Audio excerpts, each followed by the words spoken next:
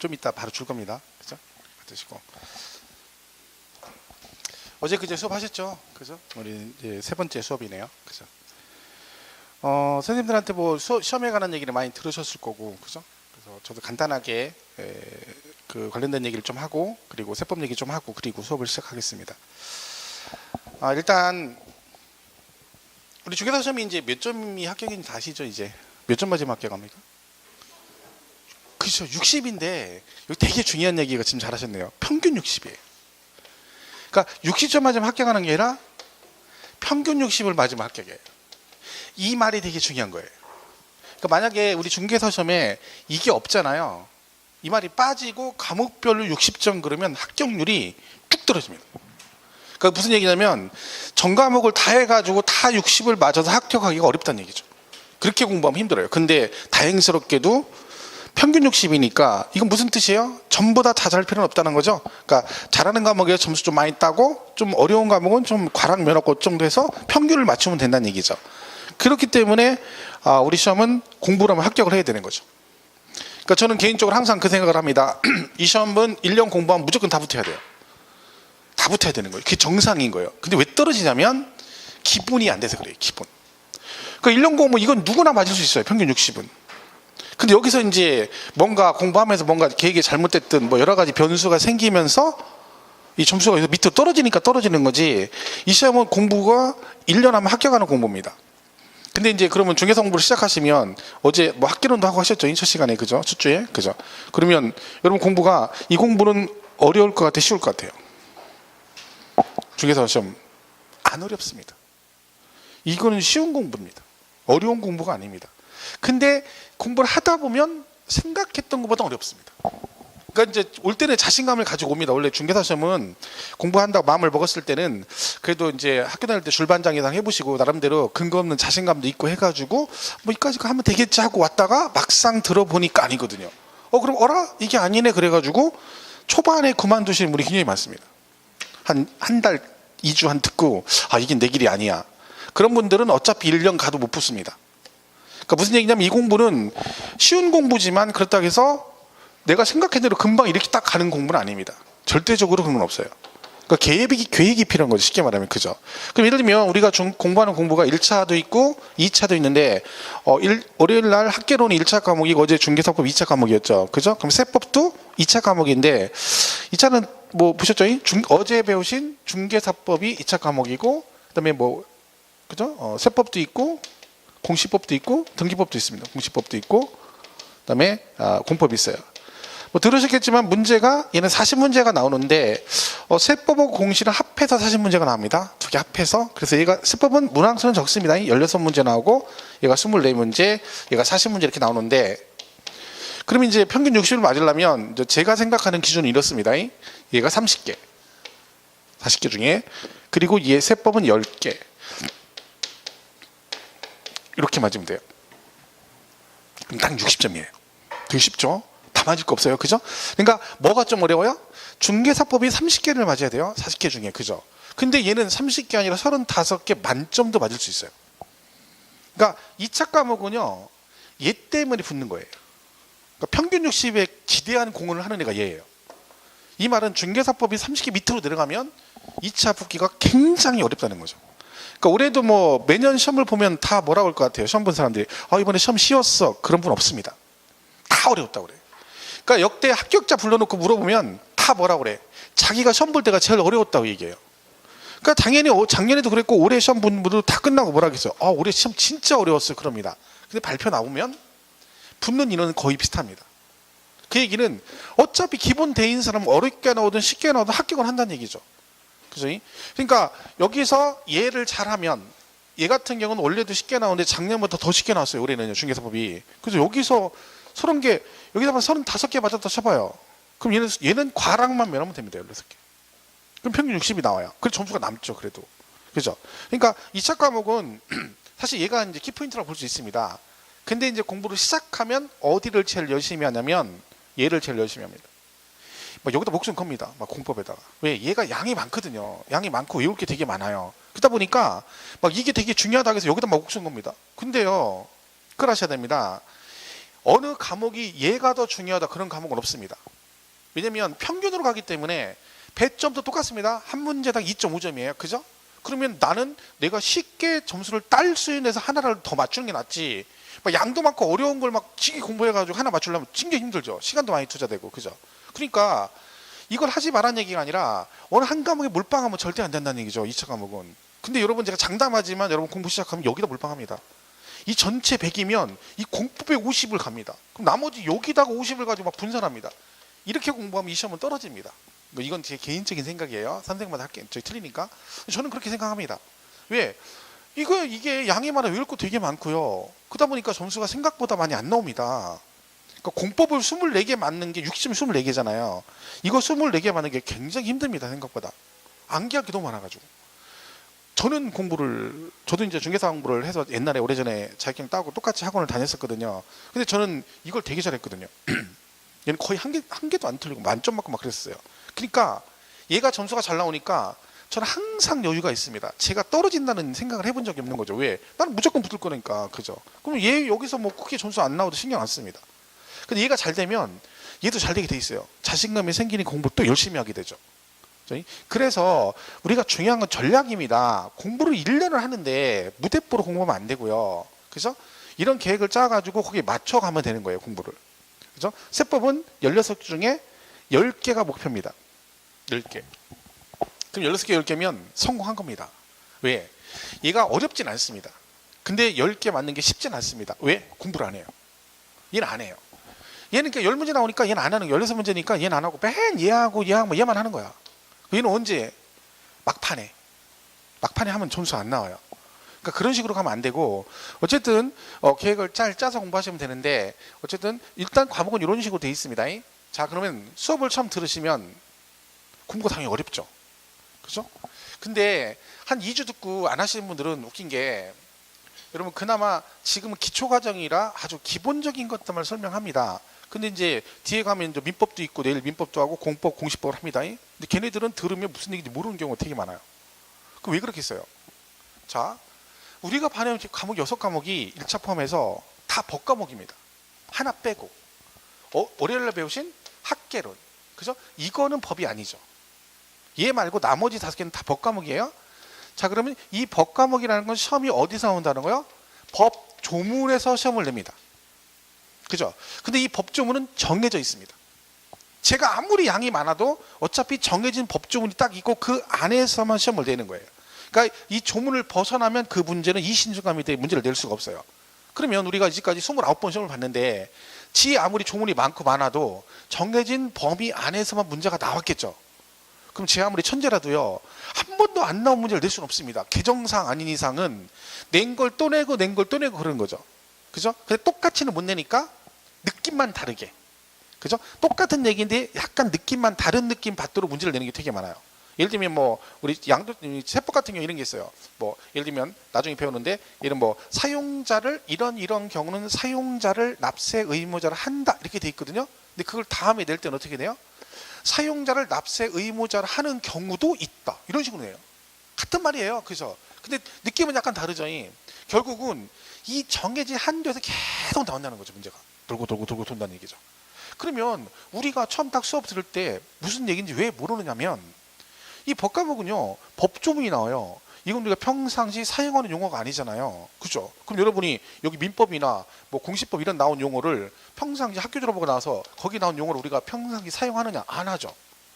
모른단 말이에요. 근데 이 알지도 못한 용어를 가지고 막 뭔 얘기를 하는 거야. 그럼 알아듣는 게 그게 비정상인 거죠. 이거 똑같은 거잖아요. 제가 첫 시간 딱 오자마자 자 오늘 첫 수업 하겠습니다. 264 곱하기 25는 자 5, 4, 22 올라고 우리 30 이러고 있어요. 근데 여러분은 뭘 몰라?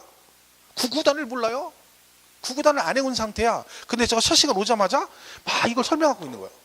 근데 여러분이 구구단을 못 외우신 분이 제가 이걸 설명하자마자 바로 알았어. 그럽니까? 당연히 모르는 게 정상이죠. 똑같은 거예요. 그러니까 모든 과목은 우리가 이걸 풀려면 구구단을 외워야 되듯이 모든 과목은 그 과목별로 사용된 용어에 내가 익숙해져야 그래야 그 다음부터 무슨 얘기를 알아듣기 시작하는 거죠. 근데 여러분은 욕심이 이게 좀 급해 하다 보면 막 자신감이 붙어가지고 막 뭘 들으면 바로 이해를 해야 되고, 오늘 수업 1시간 들었으면 그걸 내가 알고 있어야 되고, 그런 생각을 하시면 이 공부는 못합니다. 이 공부는 뭐가 정상이냐면 듣자마자 잃어버려. 아니면 아예 귀 안 들어. 이게 정상이에요. 완전 1시간 내내 이거 들었는데 쉬었다 하겠습니다. 그럼 멍하고 아무 생각 안 나는 거야. 그게 정상인 거야. 가끔은 알아들어요. 그게 비정상인 거예요. 그잖아요. 구구단도 모르는 사람 이걸 알아들어. 그게 비정상인 거지. 근데 여러분은 구구단도 모르면서 얘를 알아들으려고 막 해요. 그리고 이게 이해가 안 가니까 막 짜증을 내. 그거 웃긴 거잖아요. 그게 교만한 거 아닙니까? 그건 자신감이 아니라. 그죠? 그러니까 이거는 단계가 필요하다는 거예요. 이렇게 단계가. 그러면 적어도요, 여기서 익숙해지고 뭔가 좀 알아듣기 하려면 최소 2개월, 4개월은 걸립니다. 그 과정을 거치지 않은 사람은 이 공부를 할 수가 없어요. 그러니까 모든 사람이 이 똑같은 과정을 겪어서 합격하는 거거든요. 그리고 여러분도 그걸 명심하셔야 돼요. 지금 11월, 12월은 뭔가를 내가 막 계속 막 배울 때 이게 아니라 적응 훈련하는 겁니다. 사실은 여러분 처음 공부 시작하면 여기서 앉아있는 거 지금 이틀 3일째인데 여기 앉아서 계속 수업 듣는 게 장난 아닙니다. 학교 졸업한 이후로 한 번도 해본 적이 없고, 그죠? 그리고 생소한 과목이고, 그리고 선생님도 적응이 안 되고, 그죠? 뭐 그런 게 여러 가지가 있거든요. 그런 걸 갖다 적응을 하고, 그리고 전체적인 분위기에 이제 익숙해지는 거죠. 그게 11월, 11월 과정이 꼭 필요한 과정이에요. 그리고 이제 1월, 2월 이렇게 가면은 나중에 자기도 모르게 실력이 늘어나게 돼 있습니다. 그러니까 처음부터 너무 욕심 부리지 마시고 좀 여유를 가지고, 그죠? 적응한다 생각하시고, 대신에 11월, 12월 초장에는 1차 과목을 많이 하셔야 돼요. 민법개론. 왜냐면 그게 안 되면 나중에 계속 1차만 하게 됩니다. 아시죠? 1차 떨어지면 2차 붙어도 소용없는 거, 그죠? 그러니까 여러분이 4월달 갔는데 아직도 1차가 기초가 안 돼 있어. 그럼 2차 할 여유가 없어요. 계속 얘만 붙잡고 있어. 그럼 2차는 언제 해? 그죠? 그게 떨어지는 거예요. 그러니까 지금 11월, 12월, 1월, 2월은 뭐를 많이 해야 돼? 1차 민법개론 열심히 해둬야 됩니다.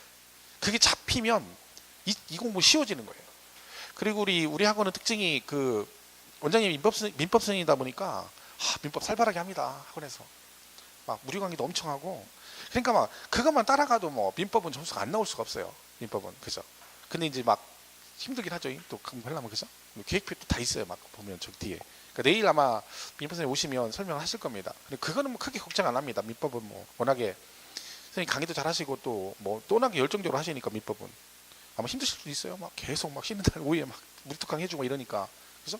근데 그건 걱정 안 해도 돼요. 근데 어쨌든 1차 과목을 잘 잡아놓으셔야 합격할 수가 있습니다. 그러니까 그걸 잘 명심하셔서 공부를 하시면 되겠고, 세법은 말했죠. 16 중에 10개인데 올해도 시험이 어렵게 나왔어요. 세법이. 근데 저는 항상 그 얘기를 하거든요. 16개가 나오면 이 문제라는 게 40문제짜리면 다 어렵진 않죠. 보통 이런 식으로 이제 구성이 돼서 상중하고, 그죠? 그럼 얘가 한 40% 나올 테고, 여기 한 40% 되고, 진짜 어려운 건 20%나 되겠죠. 많이 되면. 그럼 이게 8문제고요. 16문제 이렇게 된다는 얘기잖아요. 그럼 여러분 공부를 어떻게 공부를 해야 돼요? 공부를. 보통 여러분이 공부를 어떻게 하냐면 이렇게 하려고 해요. 그러니까 떨어지는 거야. 되게 공부를 열심히 했어. 겁나게 열심히 했는데 점수가 안 나와. 왜? 막 이 어려운 이걸 맞추려고 막 죽으라고 공부하는 거야. 어려운 게 왜 어려워요? 공부해도 못 맞추는 거니까 어려운 거예요. 근데 여러분은 공부해도 못 맞추는 이거를 막 죽으라고 하는 거야. 그리고 나는 되게 열심히 해 점수가 안 나오는데 당연히 안 나오죠. 얘는 기본만 하면 맞을 수 있어요. 16개. 그죠? 그럼 목표를 어떻게 잡아야 돼? 이렇게 잡아야지. 요거 기본 요거 16개 다 맞추고 여기서 반타작하면 몇 문제야? 24문제예요. 그럼 얘는 신경 안 써도 돼. 얘는. 쟤는 우리하고 관계없어요. 이 시험은요. 이 어려운 문제 때문에 이걸 못 맞춰서 떨어지는 게 아니라 얘네들을 못 맞춰서 떨어지는 거야. 쉽게 말하면 너도 알고 나도 알아요. 둘 다 알아. 근데 그 시험에 나왔어. 근데 둘 다 맞춰야 되잖아요. 근데 얘는 맞추고 나는 틀렸어. 그럼 나는 떨어지는 거야. 쟤는 합격하고. 그럼 걔랑 나랑은 실력 차이가 없는 거예요. 단지 뭔 차이야? 나는 실수로 틀렸고 아는 걸 걔는 맞췄고 그 차이예요. 근데 막 자꾸 이렇게 가니까 이게 안 되는 거죠. 이거는 나중에 여기서 이게 다 됐어. 그럼 그때 욕심을 부리는 게 이거거든요. 근데 절대 그러지 마세요. 어려운 문제 맞추려고 자꾸 그렇게 하지 마시고, 이번 세법도 맨날 어려워도 왜 10개를 맞을 수 있냐면 그 16개 중에 10개 정도는 기본이 나와요. 그냥 학원 1년 다녔으면 그냥 나름대로 개근만 했으면 웬만하면 맞출 문제들이에요. 자기가 또 굉장히 많이 봤던 지문이 정답으로 나왔거든요. 근데 이것도 틀리는 거예요. 그리고 나중에 뭐라고 그래요? 점수 안 나오면. 어려웠다고 그래요. 어려웠다고. 어차피 6개는 우리하고 상관없어요. 그럼 우리 10개만 맞으면 돼요. 10개. 저는 목표가 10개예요. 제 강의를 들으면 저는 항상 얘기를 해요. 10개만 맞으면 잘한다. 그리고 열심히 하면 10개 더 맞죠. 근데 여러분 세법은 그렇게 열심히 안 합니다. 뭐 지금 생각에는 6개 맞을 거야. 그러면 제 강의를 들으면 안 돼요. 동강을 들으셔야 돼요. 다른 선생님 거 동강을 들으세요.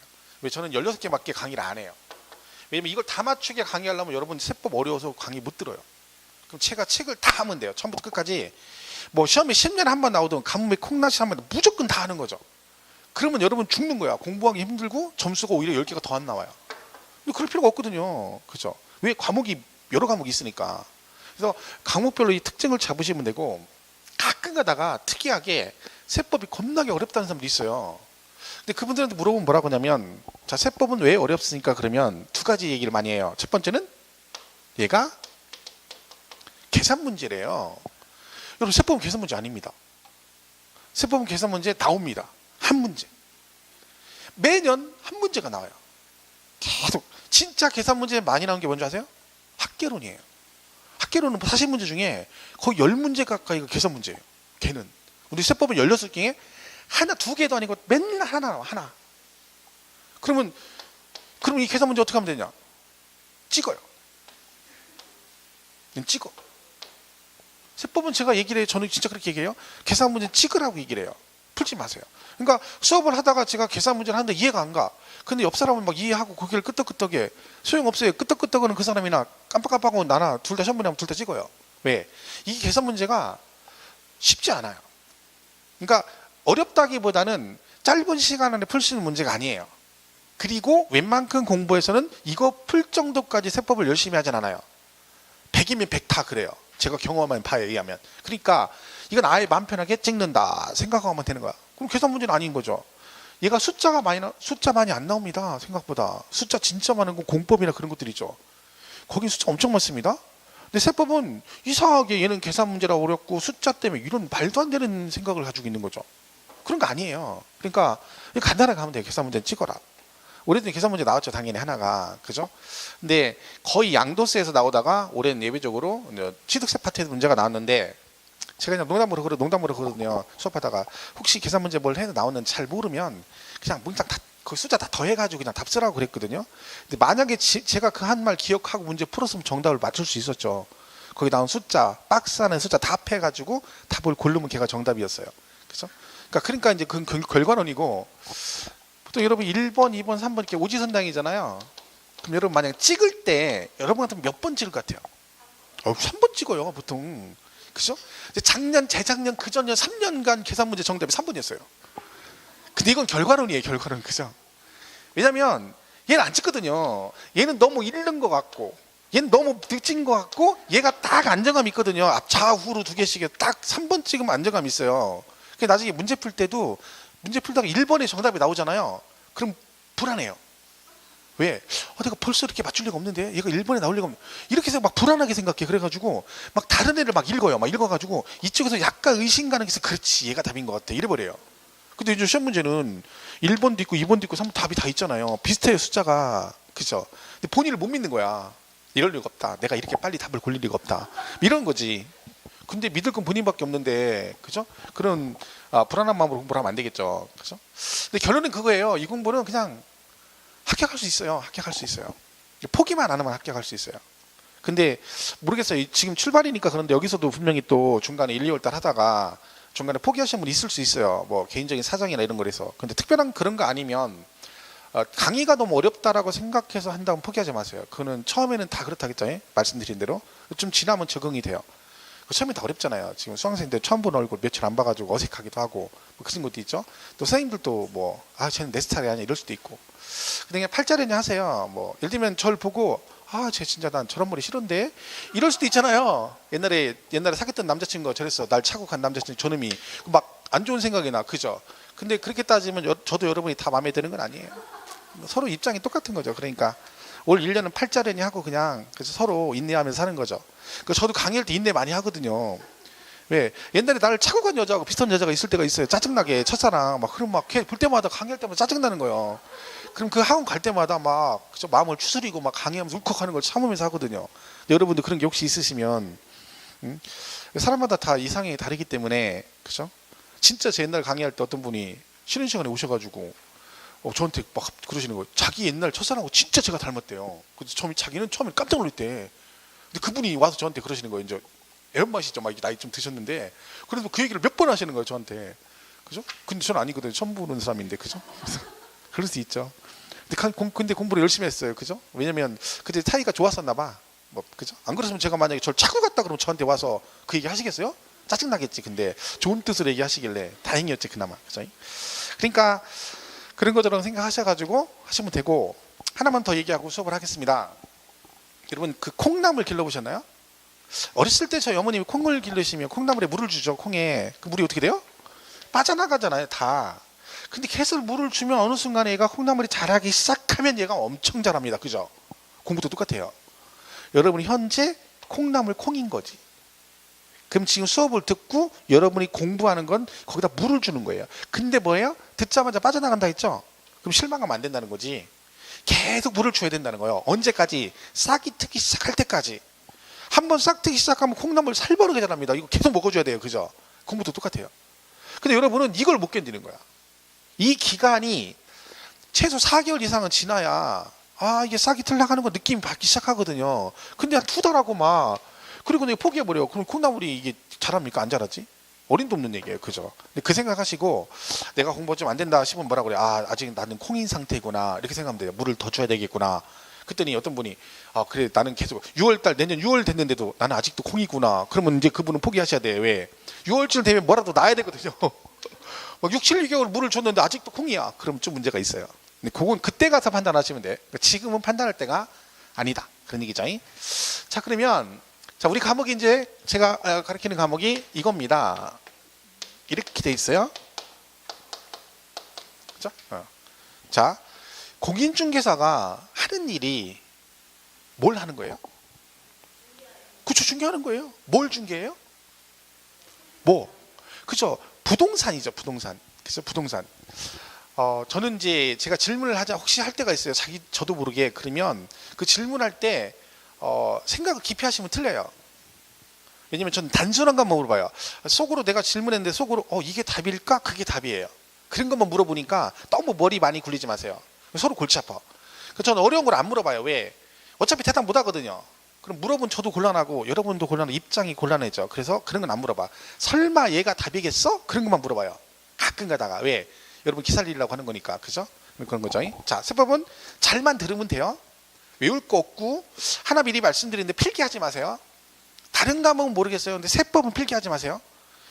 그 특이한 게 뭐냐면 지금 뭔 얘기인지 모르잖아요. 근데 여러분이 대단한 게 뭐냐면 처음 듣는 수업을 무슨 말인지 모르면서 듣고 필기도 하고 줄도 쳐요. 대단한 거 아닙니까? 우리는 하나만 해도 힘든데 여러분 3개를 동시에 줄도 쳐. 막 줄도 치고 필기도 하고 그 와중에 필기도 하고 막 듣기도 해.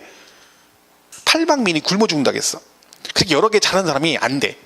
하나만 해, 하나. 그리고 제일 중요한 건 뭐겠어요? 설명을 듣는 거예요. 다른 건 필요 없고 제가 설명할 때는 설명을 들으시면 되고 제가 책을 보면 여러분들 같이 보시면 돼요. 근데 그걸 거꾸로 가면 안 돼. 그죠? 처음에는 설명만 열심히 들으면 돼요.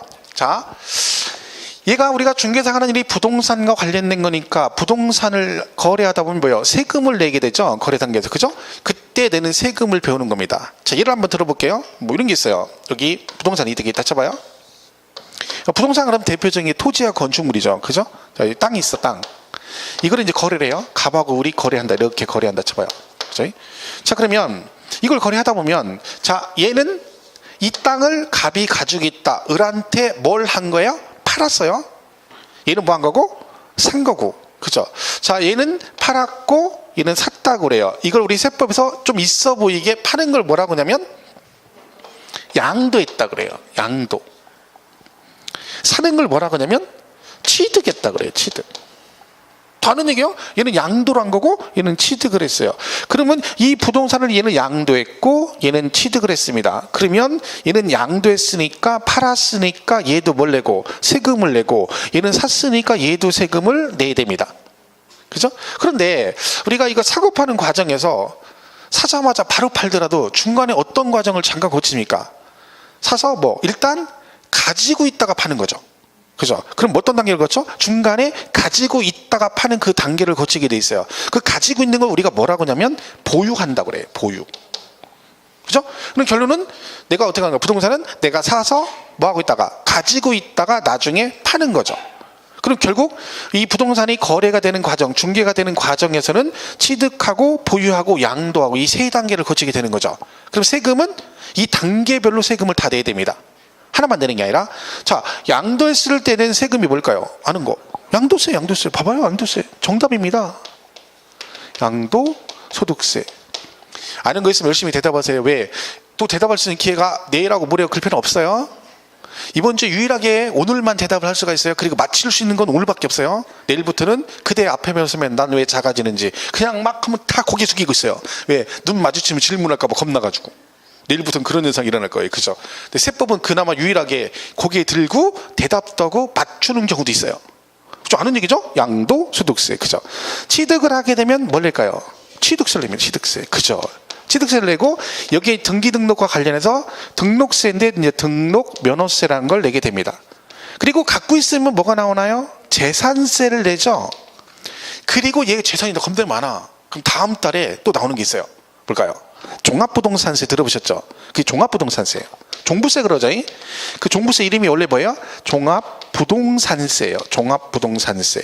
그러니까 이 종부세는 재산세 낸 사람 중에서 그 재산이 좀 많으면 추가로 부과하는 걸 뭐라고 그래요? 종합부동산세 그러는 거죠. 그러니까 종부세는 아무나 내는 게 아니죠. 재산세 안 낸 사람은 얘는 낼 수가 없어요. 그죠? 그러니까 재산세 낸 사람 중에서 다음 달에 종합부동산세가 나옵니다. 고지서가. 그러면 고지서가 내년 다음 달 1일부터 내거든요. 세금을, 종부세는. 그럼 이번 달 말까지는 무조건 고지서가 나와야 돼요. 근데 무조건 기다리면 안 돼요. 아무나 내는 건 아니니까 또 그래? 하고 기다렸다가 안 나오니까 또 세무서 전화해가지고 왜 안 보내냐고 그러면 안 됩니다. 이건 아무나 내는 게 아니에요. 그죠? 그러니까 저는 이거 한번 내보는 게 꿈인데, 그죠? 그럼 지금 보세요. 취득하고 보유하고 양도 단계에서 세금을 몇 개를 내요? 5가지를 우리가 배우게 됩니다. 여기를. 그럼 여러분, 세금은 많이 내는 게 좋을까요? 적게 내는 게 좋을까요? 세금은 많이 내는 게 좋은 거예요.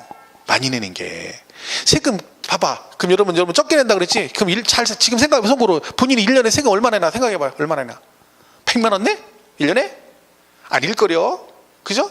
그러면 세금 100만 원도 안 내는데 그걸 쬐끔 내려고 그래? 여러분, 재산세가 왜 많이 나옵니까? 재산이 많으니까 나오는 거야. 근데 뭐라 그래? 야, 너 재산세다. 이번에 재산 200만 원 나왔어. 그러니까 옆에서 뭐라 그래? 야, 너 어떡하냐? 재산 200만 원씩 나와가지고 아이고 걱정이네. 나는 뭐라 그래? 난 안 나와. 왜? 나는 그냥 전세 살아. 이게 좋은겨? 아이고, 아니에요. 양도세를 왜 많이 내요? 소득 차익이 많으니까, 남은 게 많으니까 세금을 많이 내는 거고, 소득세가 왜 많이 나와요? 소득이 많으니까 그런 거예요. 그러니까 이 세금은 많이 내는 게 좋은 거예요. 우리가 나 세금 많이 나 걱정이야, 이런 거는 무슨 재벌이나 준재벌 이런 사람이 걱정하는 거지, 우리는 그런 걱정하면 안 돼요. 우리는 어떻게든 세금을 어떻게 하면 많이 낼까, 이 고민을 해야 되는 거야. 어떻게 하면 돈을 벌어서 취득세를 많이 내고, 어떻게 하면 재산세를 많이 내고, 그래서 궁극적으로 종부세도 한번 내보고, 이런 걸 해야 되는 거지. 생각을 해야지. 찔끔 내겠다 그러면 안 되죠. 저는 꿈이 이제 소득세를 많이 내는 게 꿈인데, 그죠? 로또 돼가지고 제가 세금을 제일 많이 내고 싶어요. 왜? 혼자 1등 되고 싶은 거죠. 그죠? 그걸 조금 내고 싶으면 1등 돼서 19명이래. 내가 1등 돼서 좋다 했더니 팔자 고쳤다 했더니 19명이래. 그럼 세금을 나눠내는 거 좋은 거예요? 잘 됐네. 나 세금 조금만 내면 되겠네. 그게 좋은 거예요? 아니죠. 그러니까 오늘부터는 세금을 많이 내는 꿈을 꿔야 됩니다. 자, 그러면 우리가 앞으로 이걸 배우거든요. 세금을 요 5가지를 기본으로 배워요. 그러면 취득 단계에서 2개 배우고, 보유 단계에서 재산세, 종부세 배우고, 양도에서 양도, 소득세를 배우게 됩니다. 자, 그러면 그 양도를 했네요, 갑이. 자, 그럼 양도세를 누가 낼까요? 지금 누가 팔았어요? 갑이 팔았잖아요. 양도자죠. 그러면 팔은 사람이 되겠죠. 그죠? 취득세는 누가 내겠어요? 취득한 사람이 내겠죠. 이래 내겠죠. 재산세는 그 재산을 가지고 있는 사람이 되겠죠. 그렇죠? 그래서 이 세금을 누가 내냐, 그거를 우리가 뭐라고 하냐면, 여기서 용어를 납세 의무자라는 표현을 써요. 자, 이게 뭐예요? 그 세금을 납부할 의무가 있는 자, 이걸 정해줘야죠. 왜? 법으로 안 정해주면 문제가 생겨요. 사실 국가나 지방자치단체는요, 그 세금을 누가 내느냐는 관심 없어요. 걔네는 돈만 받으면 돼요. 그죠? 네가 내든 내가 100만 원을 받아야 돼. 얘가 100만 원 내든 얘가 100만 원 내든 그 관련된 세금 100만 원을 내가 받으면 끝이거든요. 근데 뭐가 문제예요? 100만 원을 누군가 내야 되는데 아무도 안 내. 그럼 문제죠. 그럼 누구한테 그러면 안 냈을 때 세금을 거둘 것이냐? 그걸 법으로 정해줘야 돼요. 그래야 나중에 하자가 생기면 걔한테 너 세금 안 냈어? 하고 얘한테 제재를 할 수가 있는 거죠. 그래서 뭘 정해주는 거예요? 누가 세금을 낼 것인을 법으로 정해줍니다. 자, 그러면 자, 취득세는요. 물건을 취득하면 내고 재산세는 보유했을 때 내고 양도세는 팔았을 때 냅니다. 자, 만약에 여러분이 자동차를 취득했습니다. 자동차를 자, 그럼 취득세 낼까 안 낼까요? 내죠. 자동차 사면 또 등록해야 되죠? 등록세 낼까 안 낼까요? 내야 돼요. 자, 걔가 자동차를 샀어요? 갖고 있어. 그럼 재산세 낼까 안 낼까요?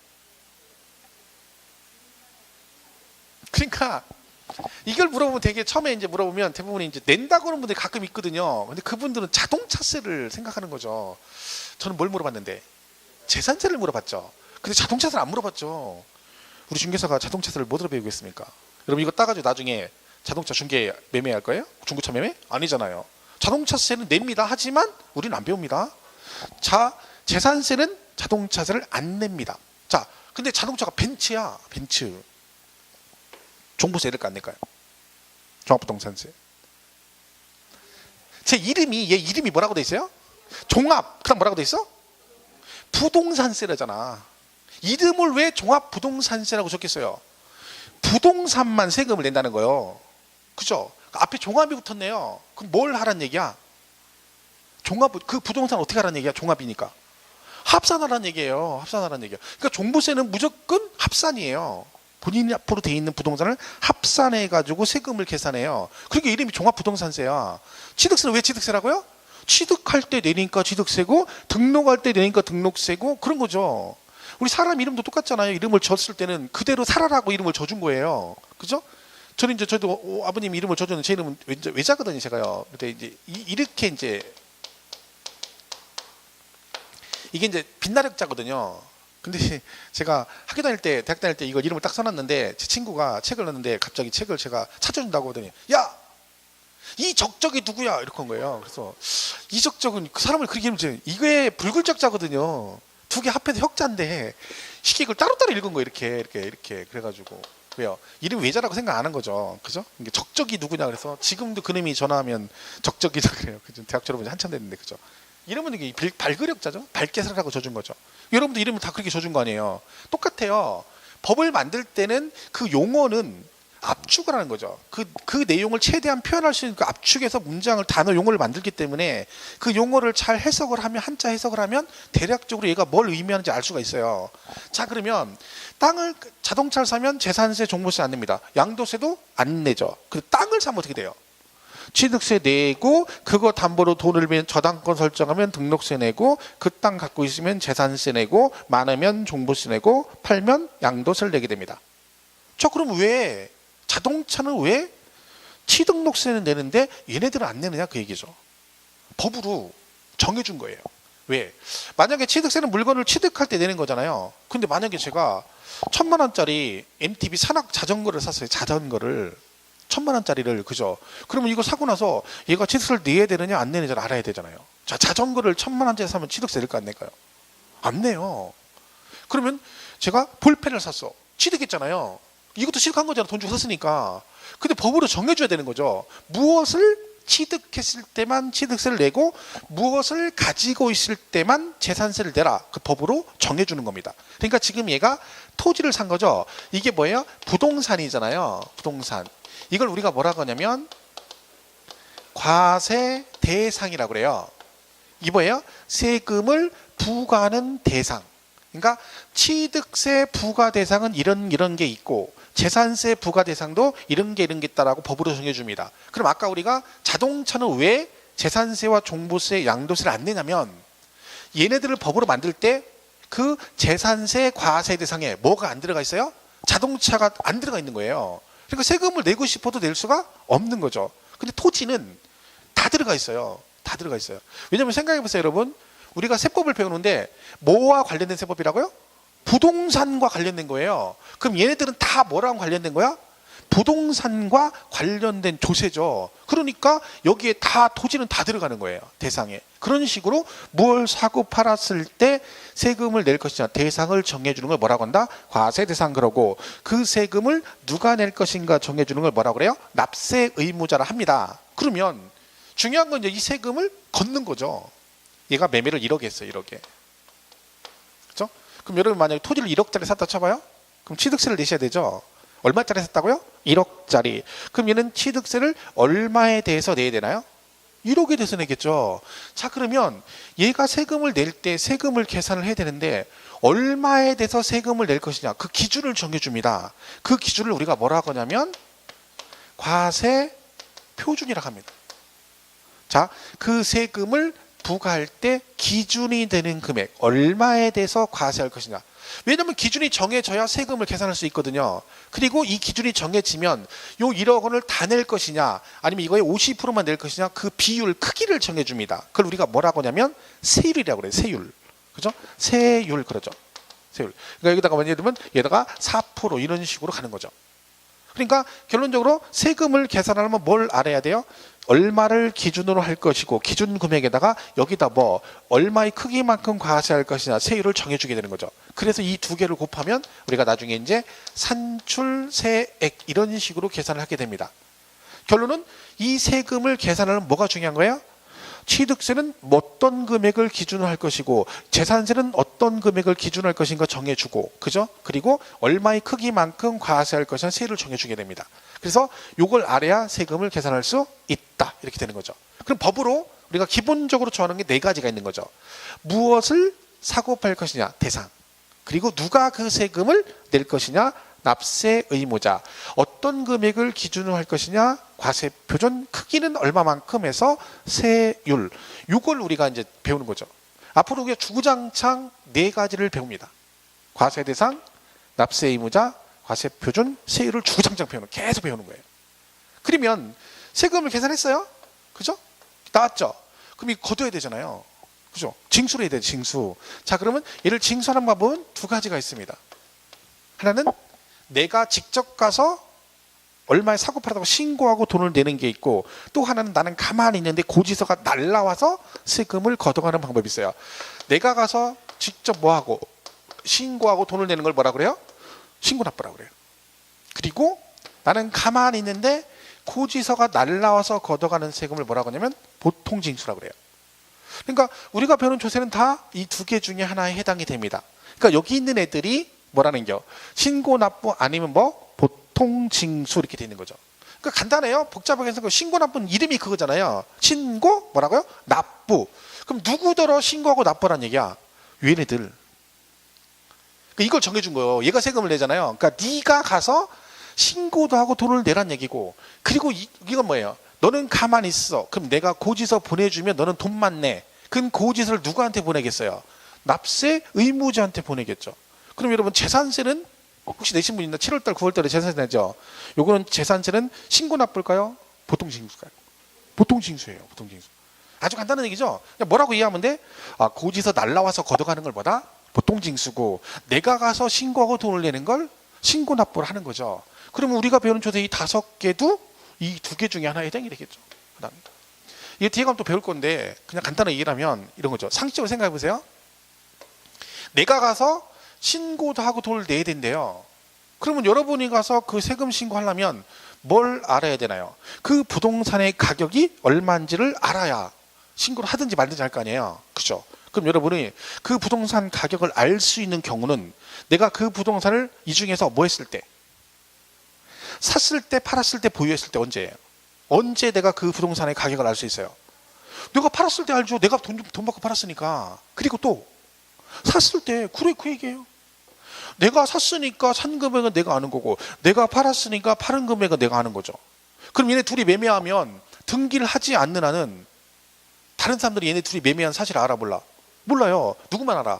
당사자만 알아. 그러니까 고지서를 국가나 지방자치단체가 얘네들의 세금을 고지서를 보내주고 싶어도 못 보내는 거예요. 왜요? 얘네가 걔 매매 사실 자체를 몰라. 모르는데 어떻게 부과를 해요? 얘만 아는 거지. 그러니까 니들이 와서 뭐라고? 얼마에 사고 팔았는지 신고도 하고 뭐해라? 돈도 네가 내라 그런 얘기죠. 그걸 뭐라 그래요? 신고 납부라 하는 거예요. 그런데요, 여기 있죠, 예. 이 재산세하고 종합부동산세는, 여러분 재산세는 뭐예요? 사서 가지고 있는 거잖아요.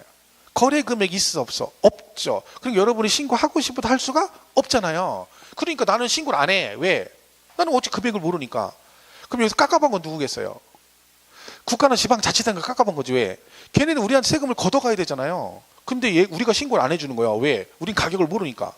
그럼 깎아본 건 누구야? 국가 지방자치단체죠. 그러니까 어떻게 해? 지네들이 어떤 일정한 기준에 따라 세금을 계산해서 뭘 보내죠? 고지서를 보내주는 거예요. 그러니까 얘네 둘은 뭐예요? 보통징수가 되는 거죠. 뭐 이런 식으로 다는 거예요, 이게 내용이. 근데 이거는 막 외우고 할 게 아니에요. 그냥 들으면 이해되는 얘기거든요. 근데 이거를 들을 때는, 그런데 이게 왜 이걸 못 맞추는 거야, 나중에. 오늘이 땡이거든, 오늘이 땡이거든요. 그렇죠? 오늘 땡이에요. 이거 언제 들을지 몰라요. 언제 듣겠어, 이제. 2달 후에 듣게, 2달 후에. 왜냐면 기본서가 두 달에 한 번씩 하거든요. 2개월에 한 번씩. 그죠? 그럼 6월 달까지 해서 기본서를 4번을 띱니다. 학원에서만 기본서를 4번을 내요. 수업 시간에만. 그러니까 여러분은 세법을 똑같은 얘기를 몇 번 듣는 거야? 4번밖에 안 듣는 거예요. 왜? 수업만 들으니까. 다른 공부 안 하고. 그죠? 제 스케줄에 맞춰서 공부하면 떨어져요. 무슨 얘기야? 저 올 때만 공부하는 거야. 세법이 일주일에 한 번씩 하잖아요. 그럼 저 올 때만, 그날 오늘만 공부하는 거야. 수업만 듣고. 그리고 언제 공부해? 다음 주에 제가 오면 그때 공부하고. 이렇게 제 스케줄을 맞추시면 돼. 굳이 제 스케줄에 맞출 필요 없습니다. 그런 식으로 하면 공부가 떨어지죠. 여러분 좀 계획을 나중에 짜야죠. 자, 그럼 보세요. 얘가 신고하고 돈 내래. 얘는 고지 나왔어. 근데요, 취득세는 야, 네가 신고하고 돈 내? 했는데 법으로는 그렇게 돼 있어요. 근데 내가 신고를 안 해버려. 그러면 신고하든지 말든지 냅둬버리면 누가 가서 세금을 신고하겠습니까? 그죠? 그래서 말을 안 듣는 애들이 꼭 있거든. 그죠? 신고하라 할 때 신고 안 해. 고지서 보냈는데 돈을 안 내. 이런 애들 있죠. 이때 가만 놔두면 아무도 세금을 안 냅니다. 그래서 우리 법에서는 네가 그런 식으로 기한 내 신고를 안 하거나 냈는데 기한 내 돈을 안 내버리면 어떡한다? 추가로 돈을 더 내게 합니다. 이때 추가로 내는 걸 우리가 가산한다고 그래요. 가산. 그죠? 가산. 근데 이때 용어가 추가로 내는 용어가 다릅니다. 얘는 뭐라고 하냐면 가산세라고 그러고 얘는 가산금이라고 합니다. 자, 그때 글자만 틀리네요. 그죠? 자, 그러면 신고 납부를 안 했다. 그럼 뭐가 부과된다고요? 가산세가 부과되고 보통징수에서 고지서 기한 내 안 내면 뭐가 붙어요? 가산금이 붙어요. 그리고 가끔가다 왜 세금고지서 보시면 그 고지세 금액이 몇 개가 써 있습니까? 2개 써 있어요. 납기인의 금액과 후금액이 있습니다. 그 후금액이 기한 내 돈을 안 냈을 때 가산금이 붙어서 연체이자 성격으로 같이 나가는 거예요. 그죠? 자, 그러면 우리가 기억할 건 뭐다? 신고 납부 안 했을 때는 가산금 그러면 안 되고 가산세 그러면 되고 보통징수에서 안 냈을 때는 가산금이 부과된다라고 기억을 하시면 되는 거죠. 자, 그러면 요거는 이제 간단해요. 나중에 이게 또 둘이 엉켜가 헷갈릴 때가 있어요. 근데 보세요. 가운데 끝에 글자만 틀리죠. 마지막 글자만 틀리잖아요. 얘는 뭘로 끝났어? 시옷으로. 얘 시작 뭘로 했어? 이렇게 됐어요. 그러니까 시옷으로 시작해서 끝나는 것도 뭘로 끝나? 시옷으로 끝났어요. 그러니까 뭐예요? 신고 납부를 안 하면 신고 납부니까 뭐가 붙어? 가산세 그러면 돼요. 얘는 고지서가 나오니까 가산금이에요. 하나는 가산세, 하나는 가산금. 그럼 이것만 기억하면 얘는 자동으로 가산금이 되겠죠. 그 얘만 기억하면 되는 거야. 뭐라고요? 시옷에 시옷. 그러니까 신고 납부를 안 하면 가산세가 부과된다. 이렇게 해서 액센트 주고 한 3번만 하면 안 잃어버려요. 집에 가셔서 화장실 문 닫아놓고 거울 보고 신고 납부는 가산세가 부과된다. 이렇게 3번만 하면 안 잃어버려요. 진짜 해보세요. 한 번 할 수 있어. 2번은 못합니다. 왜? 거울 보고 해봐. 진짜로. 신고 납부 가산세가 부과된다. 한 번 하고 2번째 딱 하려면 무슨 생각이 들어? 내가 이 나이에 무슨 영화를 보겠다고 내가 화장실에 가서 문 닫아놓고 이 집까지 이렇게 생각이 드는 거야. 그러니까 나중에 틀리는 거예요. 그거를. 그죠? 원래 쪽팔린 게 오래 가거든요. 그죠? 그 대답할 때 큰 소리로 막 했는데 남들 다 했는데 나 혼자 크게 했는데 간만에 혼자 틀렸어. 그러면 굉장히 쪽팔리죠. 근데 그게 기억에 내내 남아서 걔 나오면 안 틀립니다. 그죠? 왜? 그 볼 때마다 뭐가 생각나? 근데 혼자 이거 틀려가지고 혼자 손 들어가지고 이 생각 나거든요. 그래서 수업 시간에는 무조건 대답을 하는 게 좋은 거예요. 왜? 모르는 건 창피한 게 아닙니다. 왜? 배우지 않았기 때문에 그런 거잖아요. 이거는 우리가 다 처음 배우는 거라 모르는 게 창피한 게 아니에요. 그거는 그냥 배우면 되는 거죠. 오히려 모르는데 그걸 갖다 창피하다고 그냥 넘어가는 게 문제인 거예요. 그잖아요. 지금 하는 거 다 모르는 거잖아요. 무조건 와서 질문해야 되는 거야. 그죠? 그러니까 이것도 그냥 신고나. 어렸을 때 엄마가 애기 오줌 누릴 때 뭐라 그래? 이렇게 누입해놓고 이렇게 해놓고 쉬 그러잖아요. 그러면 쉬 그럼 뭐가 나와? 쉬가 나오는 거죠. 그래서 신고 나쁘는 보다 가산 세다. 우리 이거 하나만 기억하면 성공한 거예요. 오늘 집에 갔는데 아까 가서 뭐라고 집에 갔더니 오 신고 나쁘는 가산 세 그러면 오 생각나요? 훌륭하신 거죠. 일기 써도 돼요. 그죠? 자, 요거 하나만 잘 기억하시면 돼요. 다음 주에 물어보면 뭔 얘기인가 합니다. 또 지금 할 때는 딱 맞출 것 같죠. 아예 그래 저거 하나 맞출 것 같다. 다음 주에 물어보면 또 뭐 아예 생각이 안 나거나 아니면 뭐 가상금 막 이러고 그럽니다. 자꾸 틀려봐야 돼요. 그죠? 자, 두 번 세 번 하면 되는 거죠. 외우려고 하지 마세요. 스트레스 받아요. 그죠? 그냥 이거 뭐라고 생각하면 돼요. 그냥 문화센터에서 뭐 강의 듣는다 생각 편안하게 들으시면 되는 거야. 그게 또 기억이 오래 가요. 자꾸 막 뭘 얻어가려고 막 하면 스트레스 받아요. 그게 오히려 안 좋아요. 지금은. 그죠? 그러니까 지금 편안하게 내일 민법 들으면 재밌을 거예요. 그죠? 그게 제일 재밌는 과목이거든요. 자, 그럼 정리하고 시겠습니다. 자, 우리가 뭘 배우는 거다? 부동산을 사고 팔 때, 거래할 때 되는 세금을 배우는데, 그죠?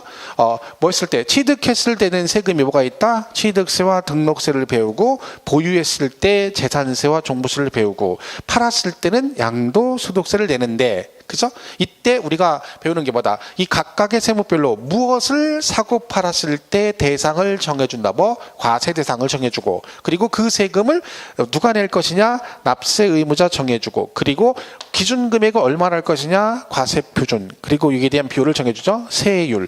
이걸 우리가 네 가지를 배우게 됩니다. 그래서 이거를 해서 세금을 계산해서 어떤 식으로 징수할 것이 해서 징수 방법이 원래는 법에는 세 가지가 있습니다. 근데 우린 두 개만 배웁니다. 그죠? 이 두 개. 그래서 신고 납부 안 하면 가산세가 나오고 보통 징수도 고지서 있는데 돈 안 내면 가산금이 부과된다. 그죠? 이렇게 되는 거죠. 이걸 우리가 배울 겁니다. 1년 내내. 자, 그래서 자, 여기까지 정리하시고 잠깐 쉬었다가 그죠? 총론 이론부터 정리를 하도록 하겠습니다. 잠깐 쉬었다가 하겠습니다.